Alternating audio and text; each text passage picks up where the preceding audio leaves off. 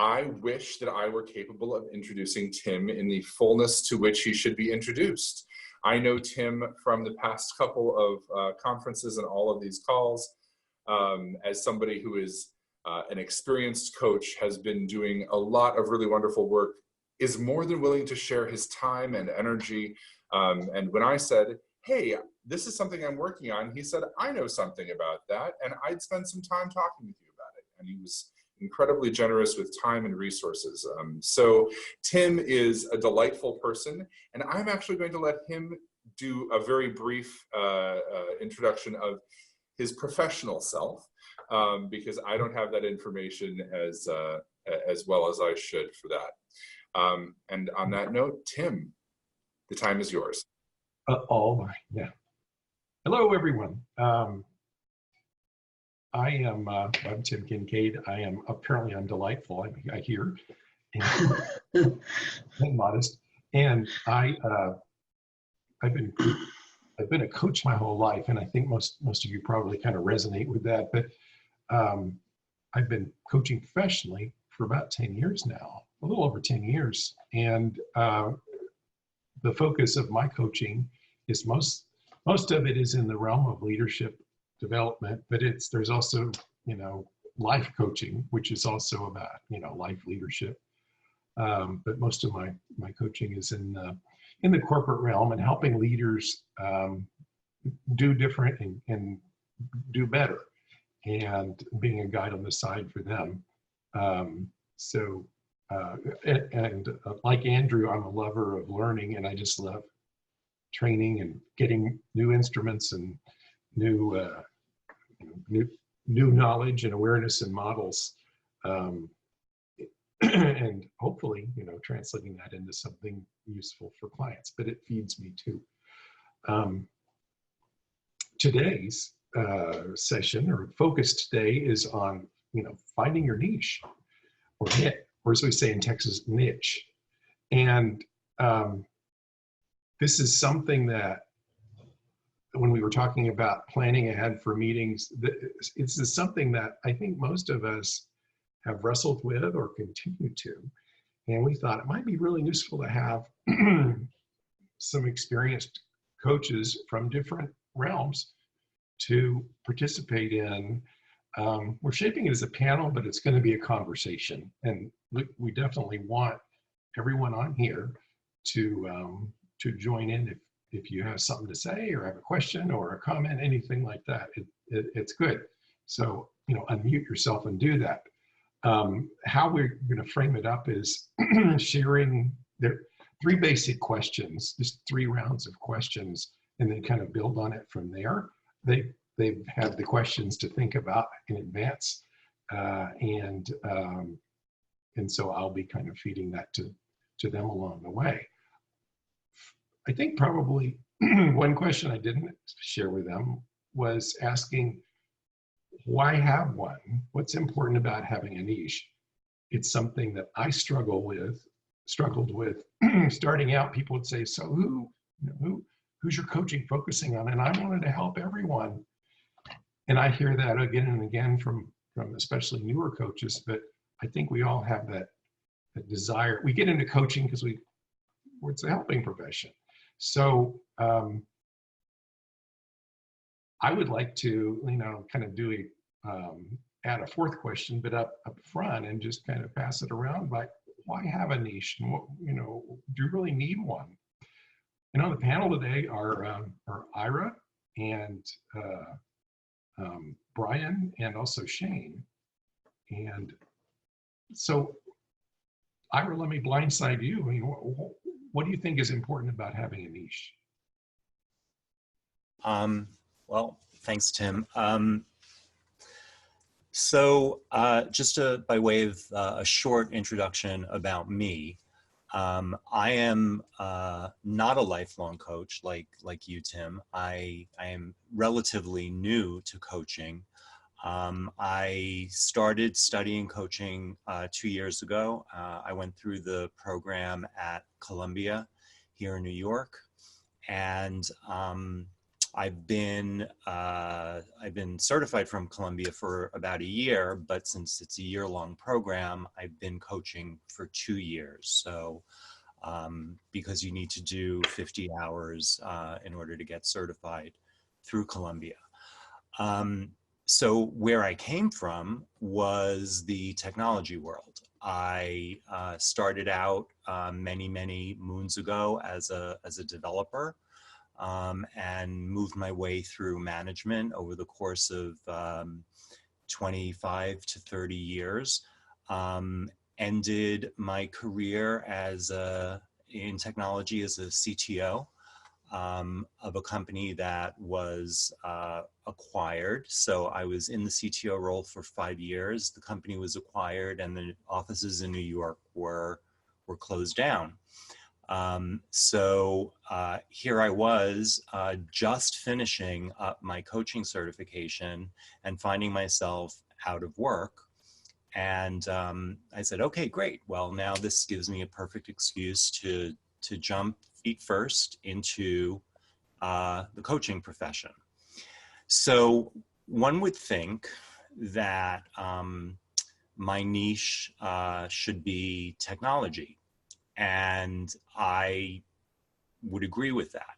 I would like to help technology professionals, specifically people that are in the middle management role, who might be new or new-ish to leadership, and are suddenly who may have excelled technically, but suddenly find themselves as a team lead, or as somebody who's in a managerial role where they're now responsible for other people besides themselves. And that was and is my intention of what I want my niche to be. But when you start coaching, as you said, you want to help the world. You want to help everyone. And you don't want to turn clients away because, number one, it's it's fun to coach more people. The more people you get to coach, the more you learn, the more practice you get. And I thought that casting a really wide net, checking off every single one of those boxes on LinkedIn Profinder, would mean that I would get to be exposed to a variety of different kinds of people with all different kinds of issues and problem, challenges, opportunities, and that would be a great learning experience for me. And recently, so let me take one step back. And I don't want to drone on forever, but just bear with me, guys.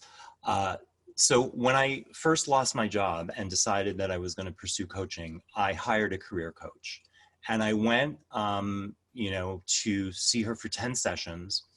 And her coaching was so structured and so regimented. She had a different exercise for me to do every week. She had a different form for me to fill out and a different thing to do every week. And by the time it was over, I realized that she was training me to be a career coach. That's what she was teaching me what she knew.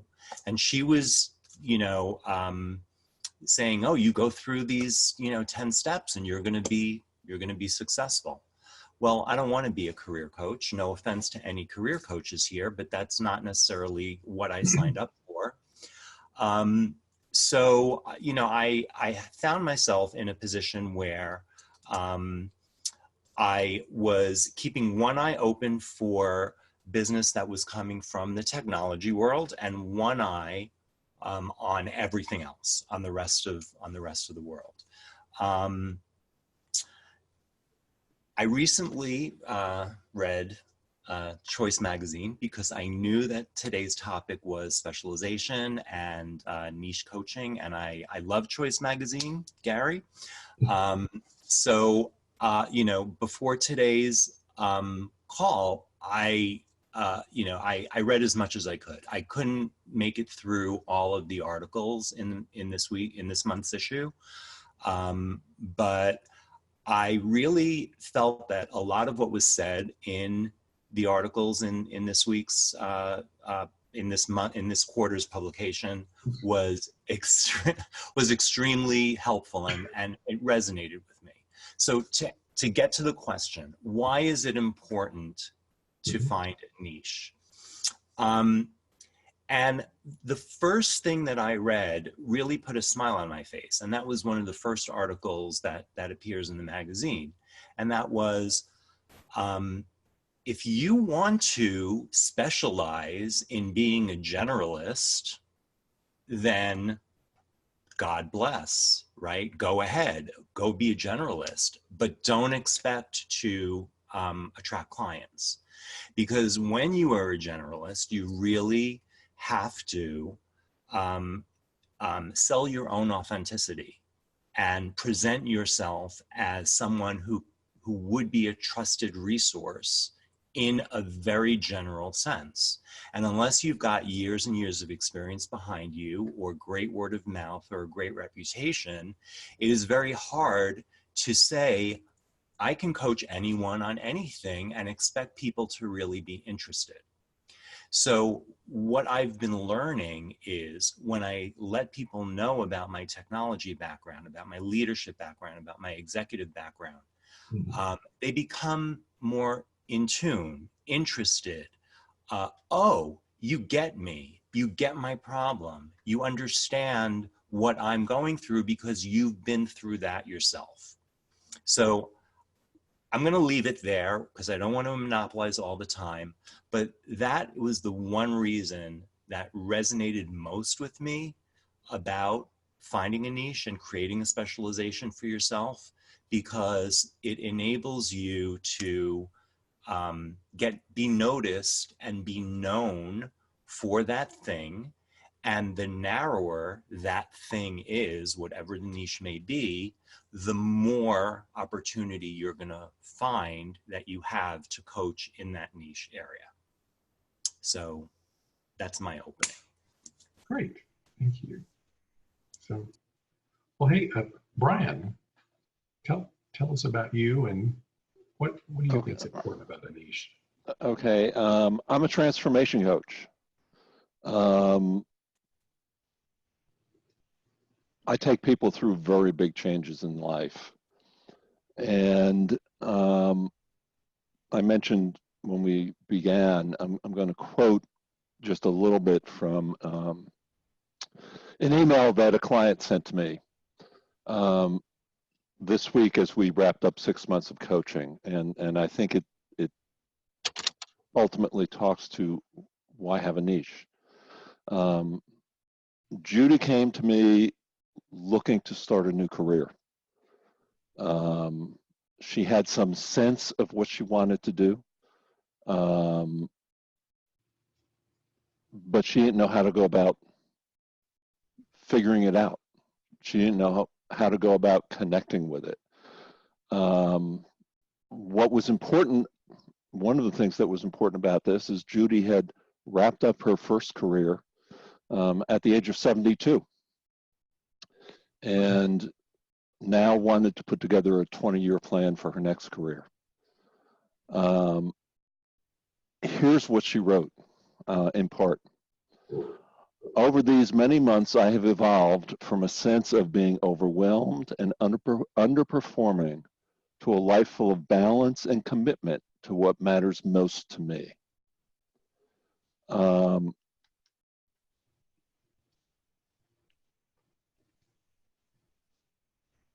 I can do career coaching. It's not my niche. What I do is connect people to what their passion is. And through that, guide them on whatever that path is, whether it's a career path, whether it's a relationship path, whether on the other end of the spectrum, my 18-year-old STEM student is on her way to becoming an engineering physicist, whatever the hell that is. you know, whether it was my 70-some-year-old client who came out of the closet. Having a niche is about doing, for me, what you're passionate about and bringing that to the world. And so at the end of her email, Judy sent to me a poem called Clearing by Martha Postlethwaite. Do not try to save the whole world or do anything grandiose. Instead, create a clearing in the dense forest of your life and wait there patiently until the song that is your life falls into your cupped hands and you recognize and greet it. Only then will you know how to give yourself to this world. So Judy found her niche. She is working on addressing climate change through the medium of global mind change. That's her niche. And she's got a great coach.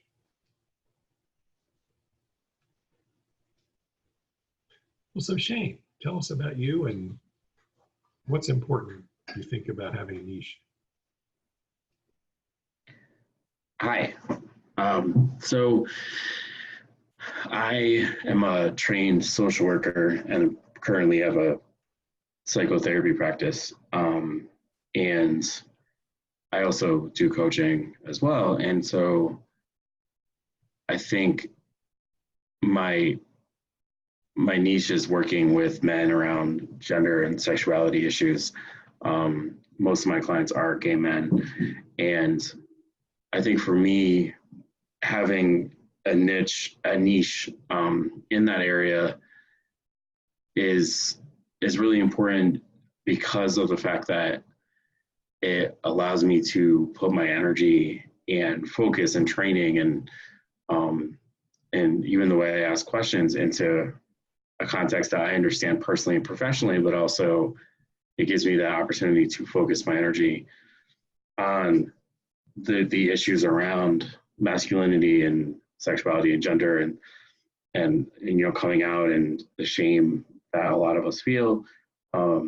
So it gives me that opportunity to really put energy into it. And I think with what Brian and I were saying was, when you're passionate about something and you understand it and can live it, it makes for a richer connection with clients. So for me, it makes the work that much more real.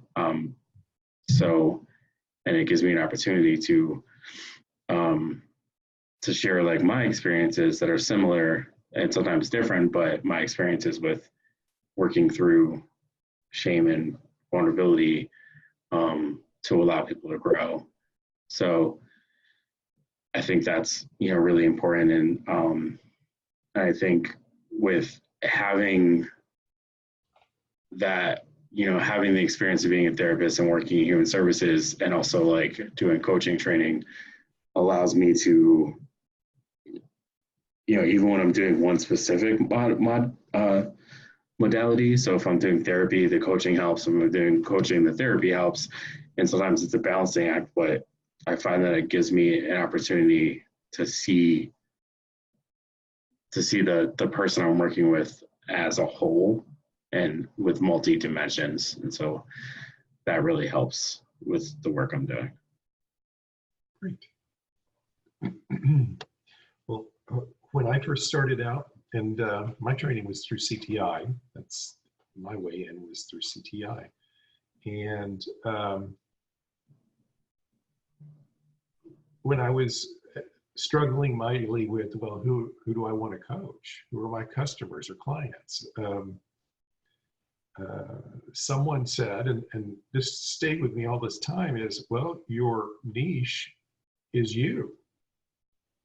You're the expert in, you know, even though coaching is coaching, but kind of the importance of, as Ira was saying about people thinking, well, he gets me, or they get me, or whatever, is really helpful in giving it more focus.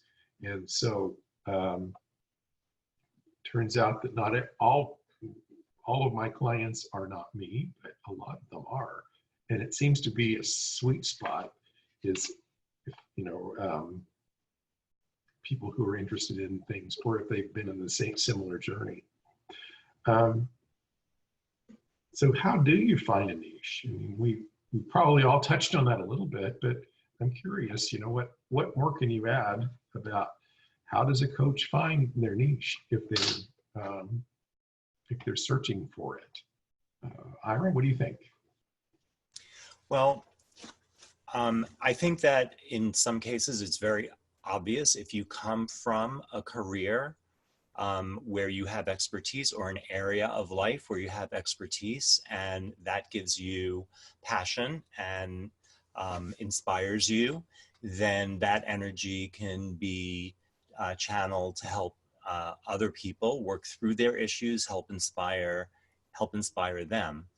But I also think that it doesn't necessarily need to be a niche that is specific to a subject matter, or, you know, an area of expertise. So, you know, I think a niche could be, you know, I specialize in interpreting assessments. And if you are into, you know, learning about your underlying communication style, and you want to, you know, do a DISC assessment and, you know, talk about how you can relate to other people, that's a niche too. It doesn't necessarily only need to be the topic, it can also be the modality and how you do it, as Shane was saying, or what tools you use.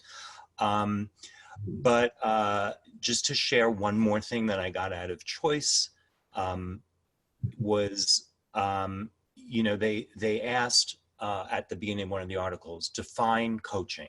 You know, how do you define coaching? And it goes on to say, well, you can't really define it, it can't be explained, but we can tell you what it's not. And it's not, you know, snazzy advertising copy, it's not SEO, it's not salesy type words or modalities. What really coaching is about is somebody buying into a relationship with you. And what is it that you individually can bring to that relationship using your own language, your own identity, your own knowledge, your own history, your own passions, your own possibilities, that is going to want somebody to be in that relationship with you. And I think that if we each can find that within ourselves and hone it, then we can move into a niche that we're passionate about and that is going to inspire other people as well. Brian, what do you think? So many of you know Michael Cohen. Michael has been my coach since about 2007. Wow. And I think it was 3 or 4 years ago, I lost track of the time now. He said to me, Easton Mountain and the Gay Coaches Alliance are co-sponsoring a coach training up in at Easton Mountain. And I think that this is something that you might like. Now, my history is in change management and working primarily at the organizational level, sometimes around social change. But I spend a lot of time sitting home alone doing my work, developing training programs and on and on and on. And so I went. And Damien Goldberg, who many of you on the call know, was the instructor.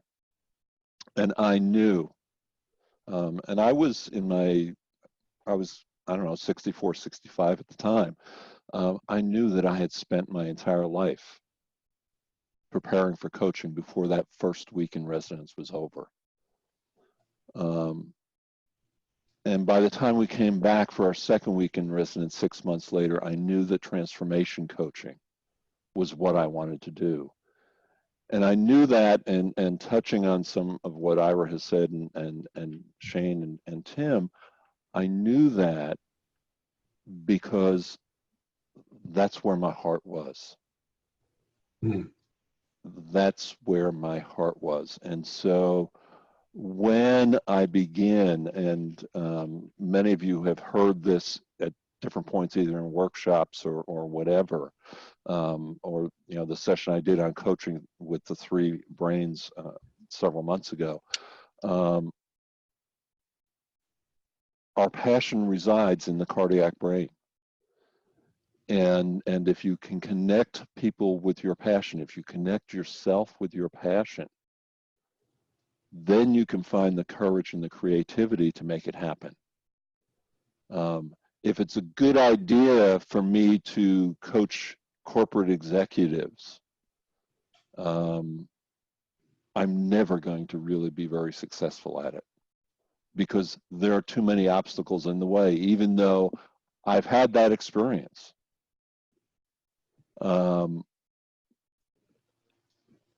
You find your niche in your heart. And so that's where I always start with my clients who are looking to make big changes in their life. Basically, one way or another, we work to find what makes their heart sing. And once we've found that, we can find a way to make that singing real.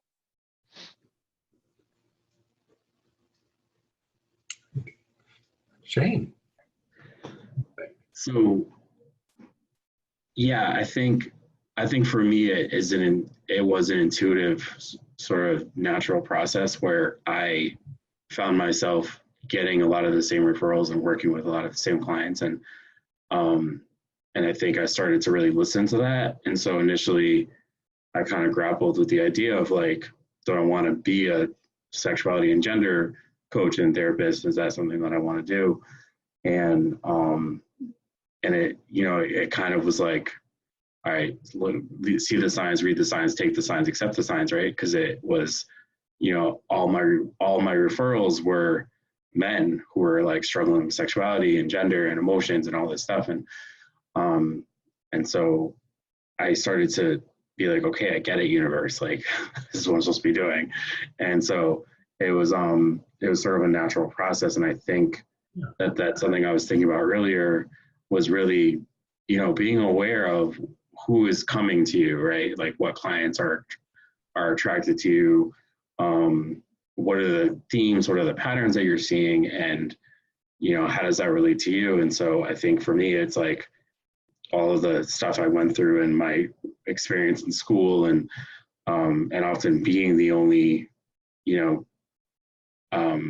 gay male in the room.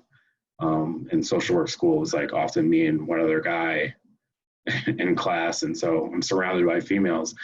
And so for me, it was like, doing that work with men, having that experience, like being one of the only men in the room, I think led me up to this point where this is the work I want to do, because we need to talk about stuff as men that we don't get to talk about. And some of that is like self-care and compassion and like understanding emotions, like going back to 4th grade feeling charts, right? So that's where we need to start. Yeah. So would you repeat that about the leads? Did you say there was like follow the lead? What was it you said? Oh, I don't remember. It was follow. I think it was like accept the lead, like follow the lead, accept the lead, be the lead. I think something like that. Yeah, I'll have to think about it. I love Unless that. someone. Yeah. Shane, you said sign. See the signs, read the signs, Oh, follow see. the signs, accept the signs. Yeah. Sorry. Okay. Thank you, Adam. There's a theory of synchronicity that there seems to be great evidence to support, that says when you're ready, the doors will open for you. Mm-hmm. You'll see those signs, those referrals will be coming to you that say, this is your path. Yeah. I think that's what happened with the timing with me and Michael and Yeah. my introduction to coaching. Mhm. I was ready. Well, Shane, we're going to lose Shane. That is, he has a meeting. We're not going to lose him, but in just a few minutes. So if I could maybe just start with you this next question through, Mhm. Shane, so we can Yeah. draw you about how do you know about success? You know, how do you know you're successful in a niche, you think?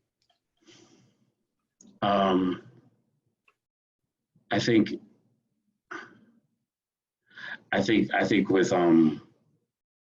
with small victories and when you start getting recognized for it. So like when other people are like, because I've been getting a lot of referrals from other people, even for coaching, that like are, oh well, you know, you worked with this person, and oh, I heard that this is something you work on. And so I think when you start to become known for that, and also when you're doing the work and you see sort of these small victories with the clients that you work with, and start to see like they're, you know, they make some changes. Like today I had a client that like hadn't been to the dentist in like 6 years, and hadn't had a physical in forever. And, you know, and he just went to the dentist, and I was just like, oh my God, that's so great. You know, and I was really excited about it, but it sounds like a trivial thing, but like, you know, we don't talk about that stuff. So for me, that's like a huge deal, you know, and for him it was too.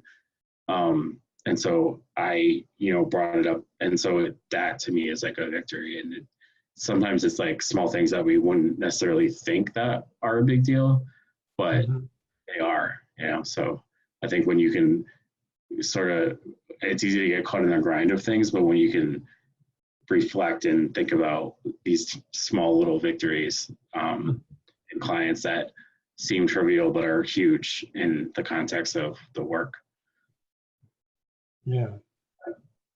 So what I'm hearing is that, you know, there's results. Like what's the outcome of the coaching and the victories and successes? Yeah. There's also, I think, kind of what Brian had touched on about the feeling of like satisfaction or commitment or fulfillment that we feel when we've had a particular interaction with a client, whether or not they go to the dentist or there's a hard, you know, they take that hard step. Yeah. There's just something that kind of feels good, I think. Right. That kind of guidance that you're on the right path, I think. That's what I think. Yeah. Well, I know you're going to drop off when you need to, so. Okay.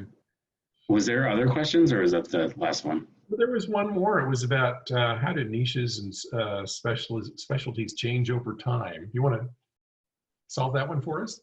Yeah. Yeah. Well, I'll do that one, and then I'll get going. But it's, I think, I mean, I think that like I think we have to look at generational differences, and, you know, like what our clients' ages are and what they're coming with in technology, and how people, like for me specifically, gender and sexuality is always evolving. And so even the way people identify and, you know, is very different. So even the terminology and the access that people have to other people like them now is different. So, and so like the acronym, for example, like the LGBTQIA plus community, like the acronym changes like monthly. So I'm constantly like trying to make sure that I know how people identify, and it's like, it's so different constantly, and I'm having to learn things over and over again, and it's always like, you know, making sure that you know how young people especially are identifying and what they're, and how technology and how the world around us affects them too. So so yeah, age and generational stuff is a huge, especially just like, you know, paying attention to like the difference between like baby boomers and Generation X and the millennials and Generation Z. Because, you know, the two new generations, for example, like grew up with iPads and technology in their hands, right? So for me, I was like 15 when the internet came out. So that has a huge impact on what people know. And so we have to be aware of those differences. And you know, we can't necessarily, you know, kind of work with people from the perspective of where we came from, because it's different. Yeah. Good. All right. Thank you. Brian, what do you think? So I'll go back to the prior question. My client will let me know if they've been successful. You know, I really try, again, in part because I'm working with them on something really big, to get very clear at the front end about where they're headed. And then listen for the clues along the way. I have an 18-year-old client, senior in high school, up in Canada, a female who wants to be a engineering physicist, and she's amazing. She has developed programs to teach indigenous populations about engineering, and she is politically active, and she welds and she surfs and so forth and so on, and she's very passionate about getting into one particular institution in Canada. And she had been there for a high school program between her sophomore and junior years, and she applied to be on the staff for that program this coming summer. And in our coaching, she said, you know, I think I know what an engineering physicist does, but I want to talk to one. And so she got on her interviews for this staff position. And the next thing I know, I got an email, and she said, our next coaching session, you have to help me prepare for my talk with God. And I said, okay, so tell me a little bit more. Well, she had networked her way to where the dean of this program accepted an hour Zoom call with her. And so we spent that hour preparing her for her conversation with the dean. Now, how many applicants to a college program that doesn't require student interviews have the wherewithal to do something like that? That's fulfilling. That's fulfilling. Her mother's also a client. I actually started with her mother a couple of years ago to turn around her business. Her mother has a small consulting business, was working 7 hours a day, said, you know, I'm working for my employees. They're not working for me. And I'm a single mother. I'm not a very good single mother because I'm working 7 hours a day. Well, I know she was successful, and I know she was successful because she took the month of August off, and she took her daughter to Europe, and she was offline for a month. And I know I was successful because I said to her, how are you going to ensure that your clients or that your employees are earning their keep? Because she wasn't sure 2 years ago. She said, I've asked each of them to come to me with a plan on how they are going to contribute value to the company while I'm away. She came up with that totally on her own. So, you know, you're successful when your clients are living into their dreams. Yes. Mhm. So just keeping an eye on the time here, Ira, why don't you tell us about that? About what do you think? How do you determine if it's a success? Well, as the others have said, I really think that success has to be what you define it to be. It has to come from within you. And I think that as coaches, we've probably all had those awkward sessions that don't quite go as smoothly as you think they should or could. Um, but then there are other sessions that just, not only bring the client into flow, but bring you into flow as well. And most of the sessions that I have felt that way have been when the topic was around my niche. I found, sessions have run over because I was so, engaged that I forgot to look at the time. So I definitely think that success has to be self-defined. But to also answer the other question of, can a niche change over time? And I think it can, but I think the way that it generally would change would be that it would become deeper or narrower or more specialized. Mhm. Because, you could, you start out with a niche that is an entire, sector or entire industry. And as you progress and make your way through, coaching, you might find that there's a really thin sliver where you can bring the greatest value. And I think that's one of the ways that a niche can evolve and change. Yeah. Tim, if And I can just jump on that for one short minute, absolutely agree with Ira and with Shane that the niche can evolve.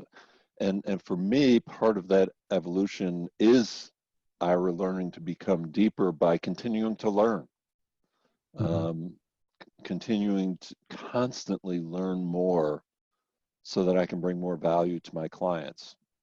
And like you, Tim, I love the process of learning. I think that finding a niche is, it's the work of a lifetime, and it's an iterative thing about you discover new things as you go, and it may mean having to let go of some things along the way too. So we need to wrap this up. This would be a great workshop at the conference, I think. I think that we certainly could go deeper and spend more time on it. Big thank you to Gary Schleifer for sharing that copy, that issue of Choice Magazine. There you go. Very generous of you. Thank you. And, take a look at that. It should have been in the invitation for this call. And thank you again for doing that, Gary. And I would send appreciations to Brian and Ira and of course Shane also. And I would love to hear if anyone has briefly a takeaway from this. Is there any insight or anything you can share briefly? It's Gary. So yeah, you're very welcome. My pleasure. And I know we're run out of time, but I would have been interested to hear how marketing and attracting clients was easier or tougher once you knew your niche. Yeah. And it's a whole nother conversation. And it sounds like whatever you've done did it. You're on the panel for a reason because you were successful in defining your niche and finding your clients. And, perfect example, Brian, the joy with which you reflect on your clients' journeys with you says you're a match with your niche. So well done, guys.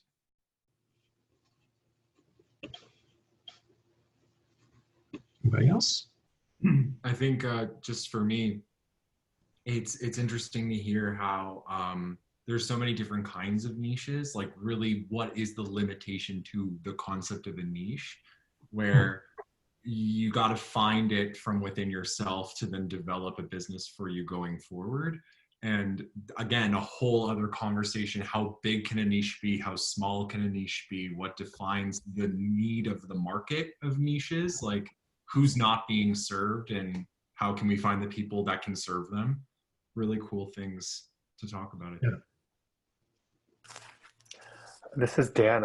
I am I'm loving this whole conversation because for a long time I was niche resistant, and I was in this perspective of like being in this niche resistant place, and it was because I was resisting the thing that was showing up, which for me was this branding discussion, which all of this is about, and how we show up, and how we brand ourselves, and what the entree is, what the entry point is for us into our coaching businesses. And I was really not wanting to go there, thanks to a lot of I'll call it corporate experience. And it's just fascinating to me that along the way of finally accepting that this niche was showing up for me, there was also this other thing that was showing up about transformation, and how you can the idea of transforming somebody into standing confidently in the brand of themselves. And a lot of this conversation is interesting to me, because here we have like this entry point of the word brand, where it's something, it sounds like it's something other than us, and really it's a big part of who we are, and it comes from our heart. So I love this conversation. I think it's really fascinating.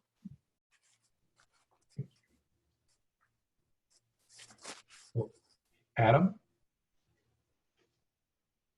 Thank you so much to everyone on the panel for their thoughts and for sharing their experience and wisdom. Thank you, Tim, for managing the conversation so well. And to those of you who have had some thoughts or engagements kind of throughout on the chat, as well as these conversations after, I really appreciate the way in which everybody engages.